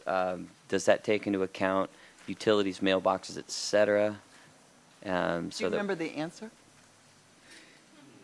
No, because I think everyone might be a little bit different, because in some cases we've said, well, we haven't yet identified where those things are going to go, so we don't really know. And other ones have said, we're going to put a central mailbox somewhere, and so it's not going to be an issue. Of course, there is a central mailbox, and it's right off the main entry, close to the swimming pool area. But, and because we want to maximize parking, and because we know the importance that the commission, Jerry said to me, you warned me about the way they would talk about parking. We work really hard to locate, like we're having this conversation with Regency and where their mailboxes are, and that they can't be next to the parallel parking. So we work really hard, no hydrants, no mailboxes. curb cuts, crosswalks, all that stuff. Right. Yep. To not make sure that we don't lose any parking. Okay. I want to throw that out there. Thank you. On page 14, number 23, again, the discussion about the walls and the easement. Michael brought up the point of during construction, if there's an impact to the adjacent homeowner's property, with or without an easement, but more importantly without an easement, I suppose. My concern would be over time. So maybe nothing happens during construction, but they've compromised that piece of property in some way through, seepage or whatever it happens to be, and something happens with that property in the. I don't think we're going to see houses sliding down the slope, but a fence could bow or fall apart or gap or something like that. So my question would really be, I don't think we can say there would be no impact. The term would be there should be no impact, but if there is, what happens? I guess I don't. Is that a legal question down the line? It is. That's what I would say at that point. It would be between two private homeowners to address. Okay. All right. Let's see. I wrote carports again, but I don't want to go into that. Okay, I think so that. Would you like the answer? Yes, to your I would question? love that answer. That's Okay, why I wrote it. So there are guidelines. 2.3.11 is rooftops that can or are likely to be seen should be designed to be attractive. Utilities, infrastructure, housing should be screened with architecturally compatible elements from all reasonable vantage points, including above. And consider passive activities on roofs, such as green roofs, to partially address stormwater, solar panels, art, or design to make them visually interesting, as well as a means to allow access to light and air for adjacent occupied space. So I think the great thing is we're having this discussion. It's really clear the importance that the commission's placing on it. I think between the ARC and staff review of permits, we'll be looking for ways to implement that. Thank you. So what I'm hearing then, just to clarify, is that if carports are built, then they need to be designed such that they have some sort of interesting visual element or are not, unsightly to those views from above. Is that correct? That is correct. Are you aware of that, Mr. Rawlings? Now I am. The rent just went up. I love carports. Bring them on.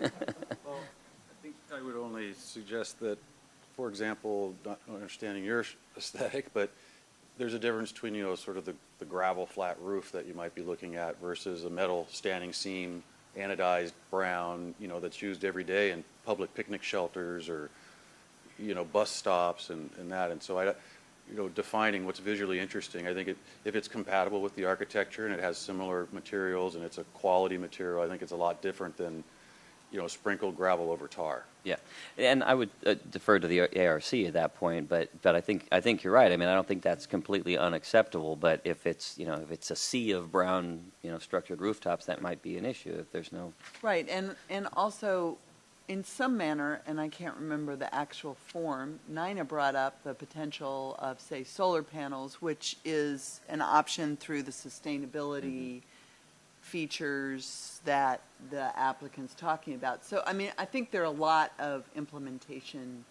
conversations to be had. Yeah, I agree, and I think it's a matter of just bringing these things up, having the discussion, and showing the importance, I think, to the commission, of the commission to the applicant. So appreciate you listening. That's it for my comments. Chantal, it looks like you have something. Can I make a strong pitch for a green roof on the You may. carports? I mean, killing two. No, I shouldn't say that. Doing sustainability points as well as visual appeal. Right. You just move the pea patch to the carport roof, so we'll be good to go. All right. Goats. Pea patch for parking patch. All right. So at this time, if there are no further questions or comments, now that I've taken the air out of the room, let's go ahead and invite Mr. Vredenberg. We're opening the public hearing right now, or the public comment section at 8:25 p.m. Let's see, can I get this back on, Jerry? If you would please go ahead when you're ready, Yeah. state your name and address. And Can you get it to this picture? Yes, I sure It's a can. little earlier. Might be one or two. There's probably others.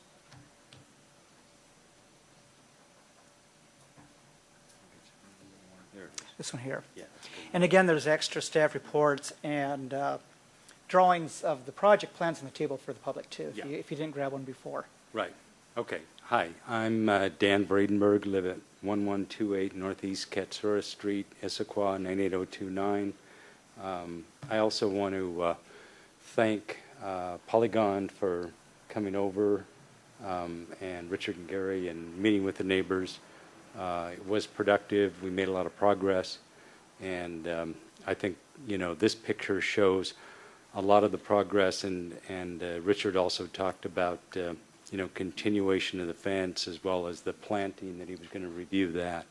The one area that we've not really wrestled to the ground and that we talked about when we met with the Polygon folks was really the access for the path. And that's the area that, again, I would just like to reiterate, and it was really the consensus of everyone there, that the Laurel Court was not the appropriate place to be putting a path. And, you know, it has really a one-lane access in from Northeast Katsura. The garbage trucks can't come in. If you look at it on any given day, it's full of cars. And, you know, it's got basically, I think, 4 homes, and I think there's 4 duplexes, so it's 12 properties basically servicing a fairly small, narrow little path. But there is a solution, I believe, that is on the 12th Court Northeast, which is essentially going up, let's see, take the T road, yeah, think. Let's see. Whoops. No, I think I have to go way far out. Oh, you have a better picture?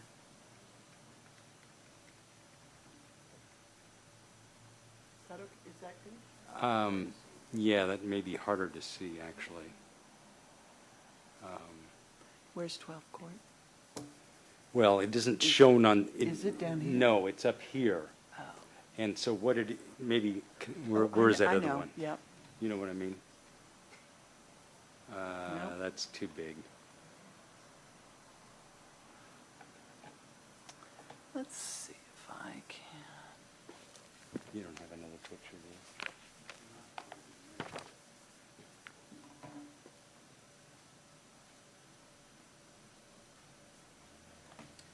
Which one of these streets? Well, it's. Here it is. Okay. Do you see how it's rotated? Yeah. Your house is right here. Right, And there's okay, 12th Court. okay. And if you could just use the mouse. to Yeah, show it. thank you. Okay. So we're orienting a little differently here now if you look at this picture. But basically, and the T on the road at the end will go up here like this. So if you ended from the T and then just continued, and we were looking at this property, we believe it's government owned by the city of Issaquah. And as you go right into the one area that doesn't have homes, there's like, I can't remember how many homes right here. There's a few on the corner. But right at the point where this property would meet, right across the street, is an actual entrance to another trail. So there's a trailhead. It meets into the trail. So I was trying to bring the trail into the trail. And I think, and it also dumps into a regular sized street as opposed to cars, and there's, you know, nothing really there, if you see what I'm saying, on the 12th Court. So we'll have to look at that, Mr. Bradenberg. I think that's a critical area, so I just would need to figure out if there's enough buffer there or the ability to do anything in there, and we'll talk to Polygon about As an option. Was that a possible wetland, I believe? Yeah. yeah, but maybe there's a way to, because I think that looks like that's the most feasible way, where you take that north, you know, the T in the road in the north end of it, and then just take the trail off from there, and you're really making the connection that will connect what I think we want to, and not cause a burden to the other parts of it. I mean, if you didn't have all the homes there, sure, you're in a green place, you could have done that, but they are there, and I think it's impractical as a minimum. So, May I ask a question? yeah. Is your concern that there's going to be a lot of traffic through there? Yes, number one. Number two, it's already challenged. You can barely get out. I mean, even with the garbage, if you have the garbage cans on Friday or all of the cars that are there or any kids, if you have 30 townhomes and times 4 is 120 people, and if that is the closest way to get to the infrastructure for the Highlands, that will be a cut through. That's what it'll be. It won't be the hikers and bikers if you put it through Laurel Court. If you put it through the others, then it will be more the hikers and the bikers and the people that are really trying to do those kind of connections, and it'll at least dump onto a regular sized street. If I could ask you about there's a little sort of park-like element. Yes. On the corner there. That doesn't solve anything. All that does, because all that would do, I mean, what you've done there is you've still got that same constraint in terms of. All right. Well, thank you for your comments. Oh, are you finished? I apologize. Yeah. Yeah. Okay. Thank you very much. Anything more you want to add to that? Okay. Okay. Ms. Finney. And by the way, the sheet is up here if anybody else would like to sign up to speak.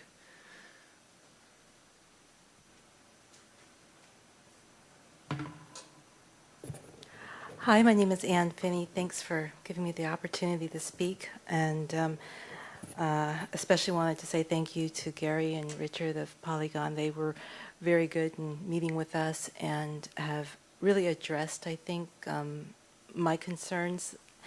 I'm very satisfied that the renditions that they showed tonight, gave a lot of clarity, and I really feel a lot more comfortable.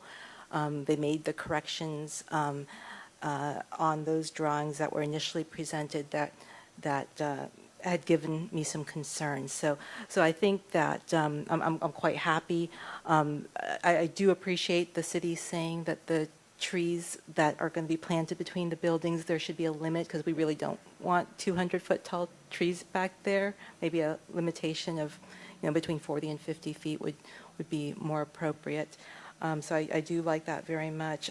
Getting back to this Laurel Court, I took the opportunity to walk it, and Mr. Vredenberg is correct in that when you get those driveways, cars backing out of the driveways have difficulty seeing if a large SUV or a car is parked. One was actually parked right on the road. It was a visitor. And so if there was a child walking or somebody going through Laurel Court on foot, I can anticipate having an accident with a car backing out and not seeing a little person. So that is a legitimate concern, and I would urge the city to think about that and look at that. So that is one comment that I would have. Getting back to the carports, I love the idea of having the green plantings on the top. There's some examples of that are wonderful. If you have to have a carport, the Z-Home project has one area where there's a green rooftop with sedums. Very low maintenance, almost no maintenance on that. Another example would be over at the Cedar River watershed. That project has several examples where you can see water and drought-tolerant plants that help collect that rainwater, keep it from dispersing into the ecosystem in a way that's adverse, keeps it nice and clean. And then the third example is over at the Snoqualmie Falls.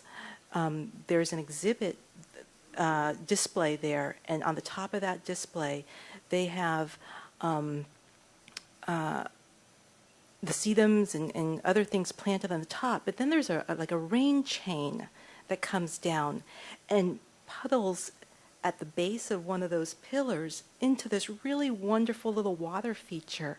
And it's dry if it's not raining, and if it's raining, it catches it and it collects it and makes a nice sound. And so those carports can then actually become a really nice feature. So something like that costs some extra money to do, so you don't necessarily have to do it with every single carport, but maybe alternate ones.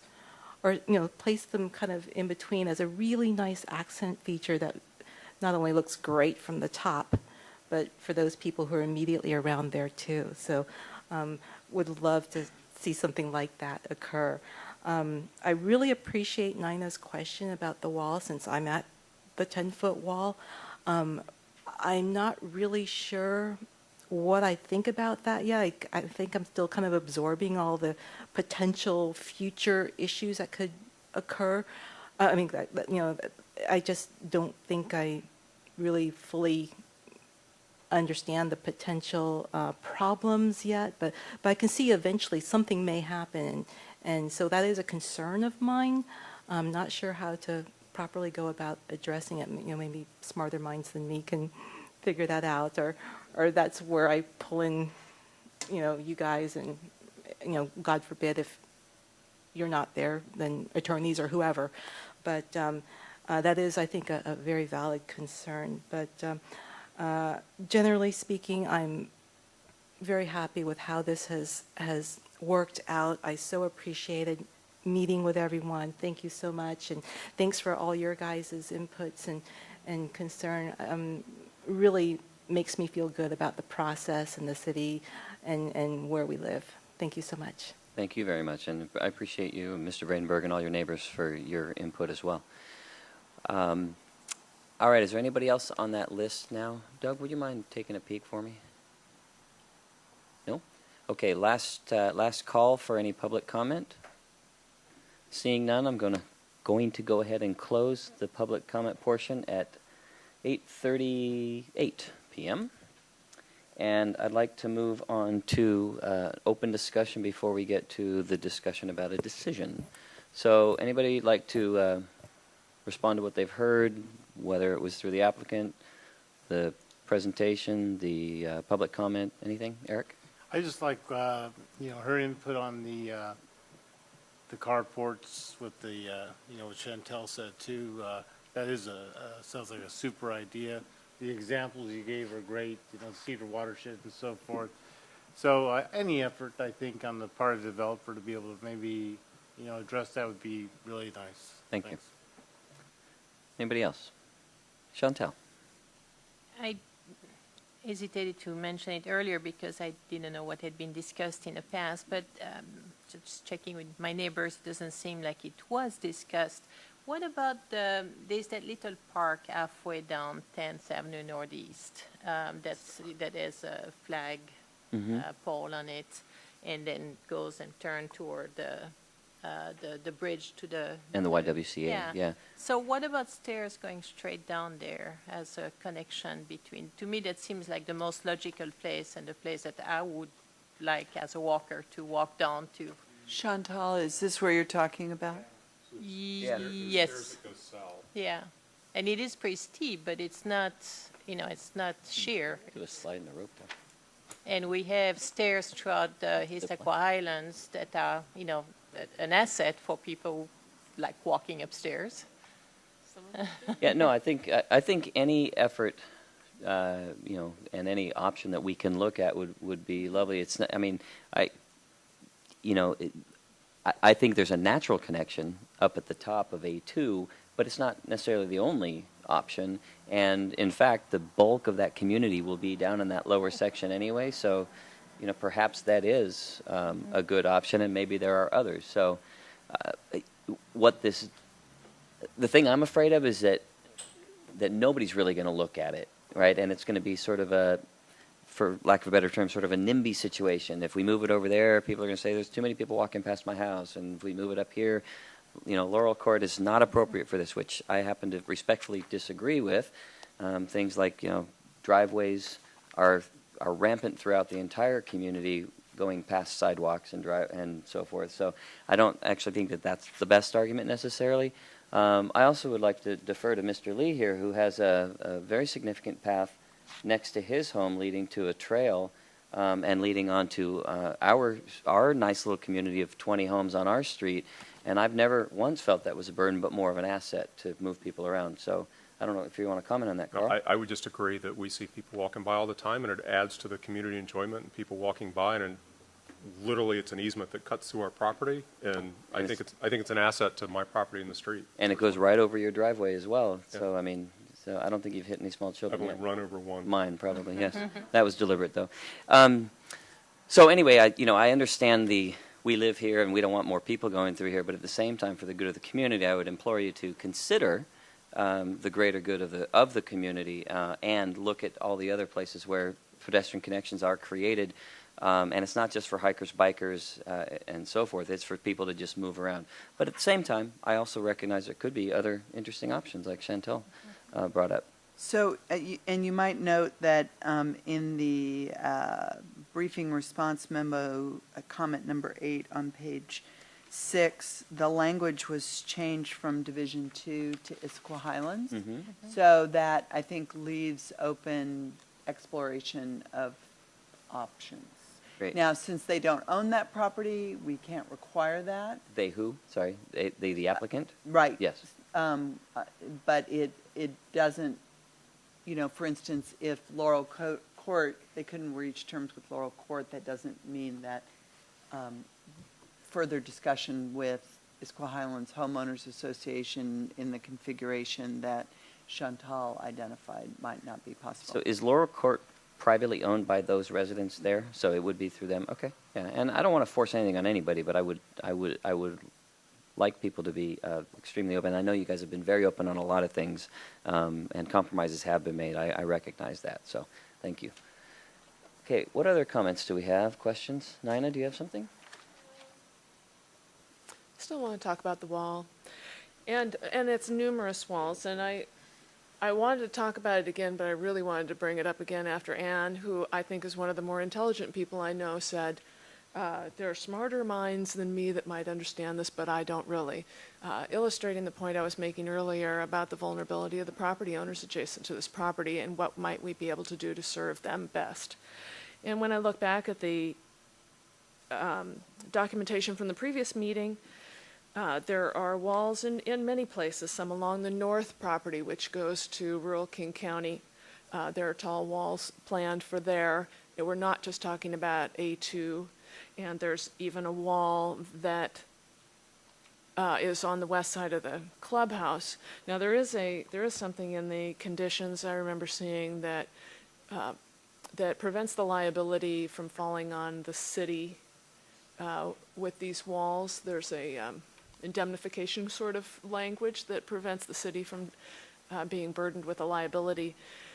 But I did want to bring it up and see if somebody else had come up with something creative that might reduce the risks for the parties involved with the walls. That's all. Thank you. Anybody like to respond to that or add to that?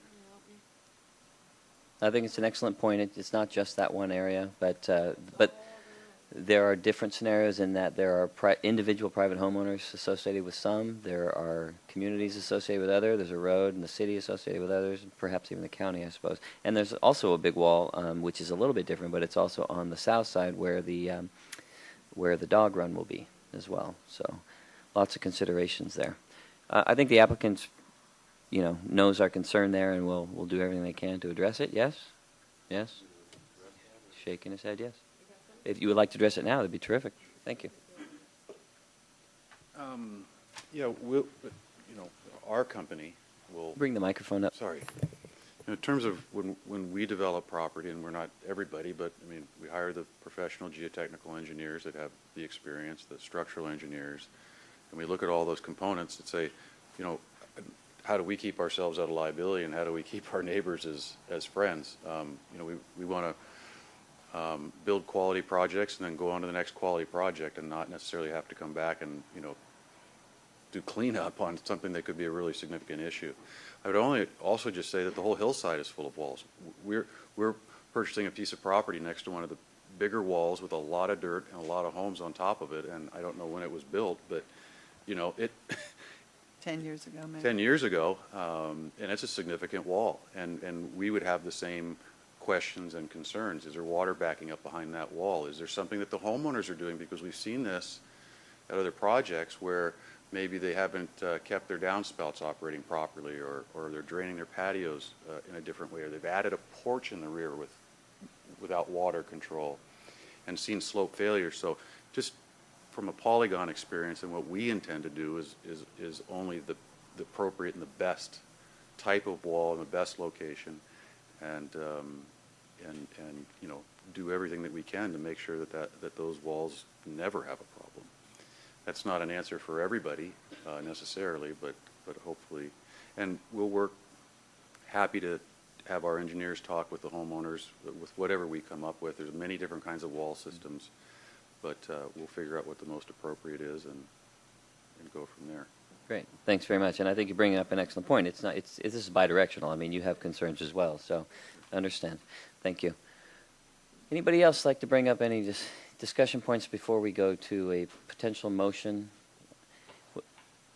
Okay, would anybody like to, I do have a draft motion here. I don't know if we have any major changes to it. We have I just, based on your comment, Jeff, about the 2.5 feet of drop, I just drafted an edit to that last sentence that would be, fall protection will be required where there is a 2.5 foot or more drop. Can I trade that with you? Thank you.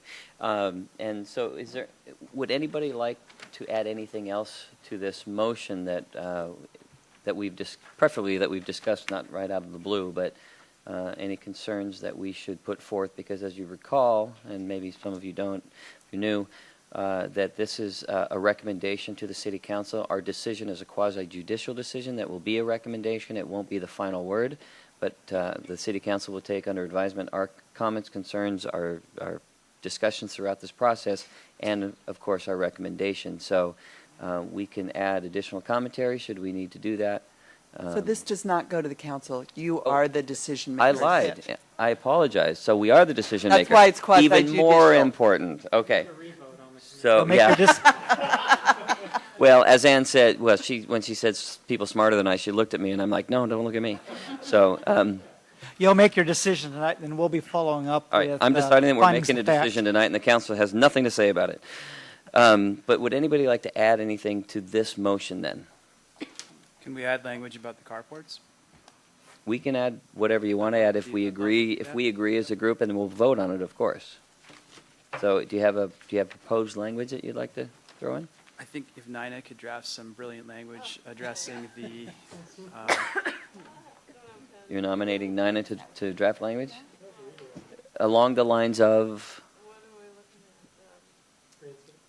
Yeah, a more refined architectural. I don't know. Well, let's remember that. I understand that. Understand what? I didn't say anything We're yet. going to go. You might utilize. Are you referring to modifying condition number 6? You might take a look at your previous staff report. Were you going to where I was going that says we can't change the guidelines, but we can make a recommendation? Yes. Yes. Okay. Well, and I guess my question would be, if we have a guideline and it says what it needs to say, then I would not recommend adding a condition to implement something that's already there. Agreed. Sure, but I think when we had originally drafted these guidelines, carports was not envisioned in there, so they clearly were not effective in this circumstance. Why? Just because what they submitted isn't consistent doesn't mean it can be built that way. I mean, there's going to be further review.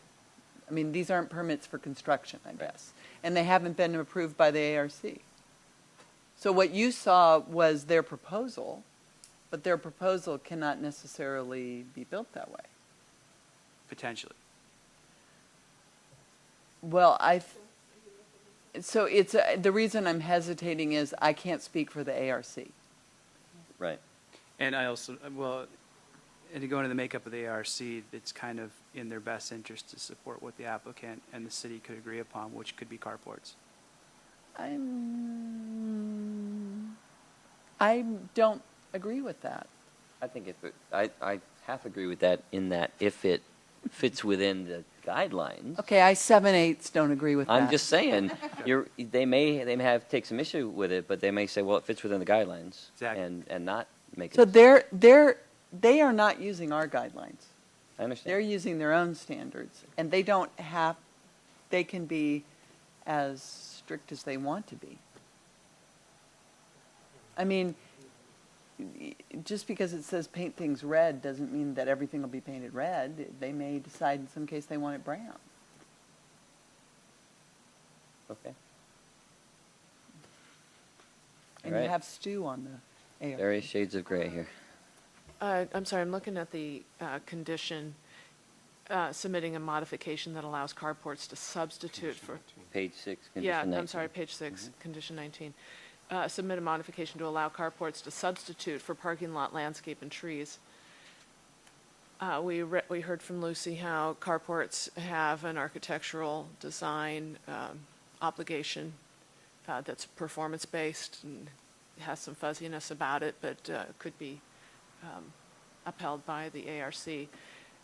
Does it help to edit the condition to, is it the substituting for the landscape and trees that bothers people, or just the very existence of the carport? If you allowed carports but not in substitution for landscape and trees, you still have to have the all the landscape and trees, and in addition, They couldn't possibly do that. I mean, there's just not enough space. Not enough space. Now, okay. I think the question is,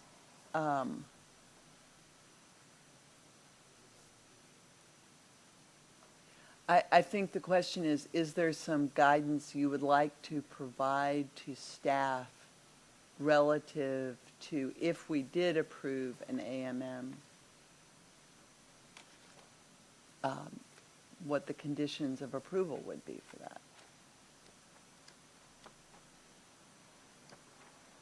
I'm sorry, when you, remind me, when you read to us earlier about the standards, were those standards for carports or auxiliary buildings per se, or just for all buildings? That was for any roof that you're looking down on. Any roof that you're looking down on,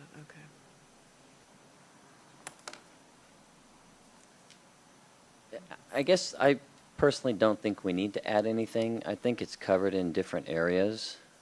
If you disagree, Mike, and you have some suggestions here, I'm willing to listen, because I am not the final say here. But I actually think we're covered mostly, and I think our discussion has covered this ad nauseum to the point where I think the applicant understands where we are. But I want to make sure that we're covered. So I think one thing I'll point out, I don't know whether this makes anybody feel any better, but there's not only the applicant here, but there's a representative from Lakeside. So, and I've been conveying your concerns to them, and they're receiving the minutes as well. Mm-hmm. So, I think there's a goal with this first permit, and I think Polygons demonstrated that. And I would just say, based on my conversations with Lakeside and the members of the ARC I've talked to, that there's an interest in having a successful project that meets community expectations. Now, will it meet in every single case? Probably not. But I haven't gotten a sense that the concerns that are being expressed on a variety of different matters are being brushed aside. I agree. I don't doubt that one bit. I just want to make sure the commission's comfortable. I'm comfortable with what we have with respect to this, but if there's additional language you want to bring in, please do so. Michael? I'm got to be honest, I'm not entirely comfortable, but I think this is what we're going to work with. So. Okay. Do you have a suggestion for language, though? Don't, unfortunately, or fortunately for everyone else. Is what we're trying to say that what we saw in the photograph 2 weeks ago, don't build that? Can we put that as the language? I mean, is that what the intention is here? It sounds like, what we saw in the photographs was I think ugly. partially, yes. I don't think those would fly with the ARC, and they certainly wouldn't comply with the, I don't think the materials and the colors and the landscape plan, I don't think. That was a picture of a carport. Well, isn't any language we could put about that at this point only a suggestion? And we've kind of given likely our redundant. suggestion through this Yes. whole process? Yes. Right. That's kind of my take So on it. I'd like to then request if actually, I do have one question that I have not asked, and I don't recall seeing, but it may be there. And this might be for Mr. Rawlings. and I apologize, it seems like it's coming out from left field, but it is. Throughout the property, I know it's a fairly big space, but, and there's lots of units and buildings and so forth, and you have a couple of areas like the clubhouse and so forth. But are there respite areas or benches or anything like that are planned throughout? So if people are taking a walk with their children or they want to read a book, Yeah, or it's whatever. hard to, even if I bring it up, it's fairly hard to see. Yeah, that's but- okay. I'm just narratively. But there would be small one bench or two bench Okay. areas. There are some medium size where maybe it's more of a table type Okay, of environment. that's all with a I'm looking trellis. for. So they're not just the major one or two or three. Yeah. Okay, so it's not just streets and buildings, and Yeah. that's my biggest concern. I thought we had seen that, but I just wanted to clarify. Yeah, okay. All right, thank you. All right, so at this time, if there are no further comments, I'd like to see if anybody would like to read the motion. I'd like to remind, I guess at this point, we've got Tim and Eric and Jim are our alternates. No, wait. Yes, you still are alternates. I have accurate information, correct? Yes? Yes. And so while your discussion and participation in this is highly valued and totally relevant, we'll be voting with the regular commissioners. We do have a quorum, so we will be doing that. I'm sorry. what Was there a question there? Jim's regular now? No, Jim is an alternate. That's an error on the cover sheet. Sorry, Jim. That's what I thought. Okay. Sorry, Jim. He's been demoted. Yeah. So Commissioner Lee will be reading the motion. Please listen carefully. I have a motion for approval for the Lakeside Apartments Site Development Permit. I move that the Urban Village Development Commission approve the site development permit for Lakeside Apartments, file number SDP 1300001, as described in the staff report dated May 21st, 2013. Its attachments 1 through 7, the briefing response memo dated May 29th, 2013, and its attachments, A and B, including the modification of and additional conditions contained in the briefing memo, and subject to the terms, conditions, and rationale contained in the staff report, and as amended in this evening. Number 11, fall protection will be required where there is a 2.5 foot or more drop. Also, I move that the Urban Village Development Commission direct the Development Services Department to prepare findings of fact and conclusions for review and approval by the Urban Village Development Commission chairperson, affirming the Urban Village Development Commission's decision to approve the site development permit application for the Lakeside Apartments, file number SDP 1300001, subject to the conditions listed in the staff report, briefing response memo, and as amended this evening. Thank you, Commissioner Lee. Do we have a second of the motion? I guess I'll second. Okay, Mr. Lee read the motion. Nina has seconded. All in favor of the motion, say aye. Aye. All opposed? Any abstentions? Let the record show that 1, 2, 3, 4, 5, 6 in the affirmative, no nays, and 1 abstention. So it passes. Thank you very much, Commission. Thank you very much to the public and all of your, not just your comments, but all your cooperation and participation on this. And thanks very much to Lakeside and to Polygon and staff. This was a really good process, I think. So thank you. I'd like to move on to any additional new business. Does anybody have anything that they'd like to bring up? No? Okay, I have nothing at this time other than our next meeting will be June 18th. Is that correct? Yes. Okay. And because you've had so much fun with Polygon, they'll be back again.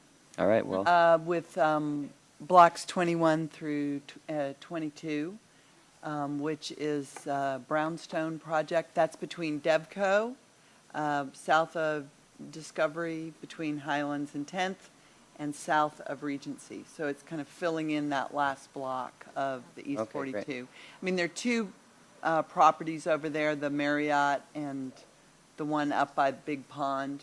Those have land use permits, but we don't know when we'll see the actual construction on those. Okay. But it's the last piece that didn't have a land use permit. So Polygon's the next one coming to us. Yep. All right.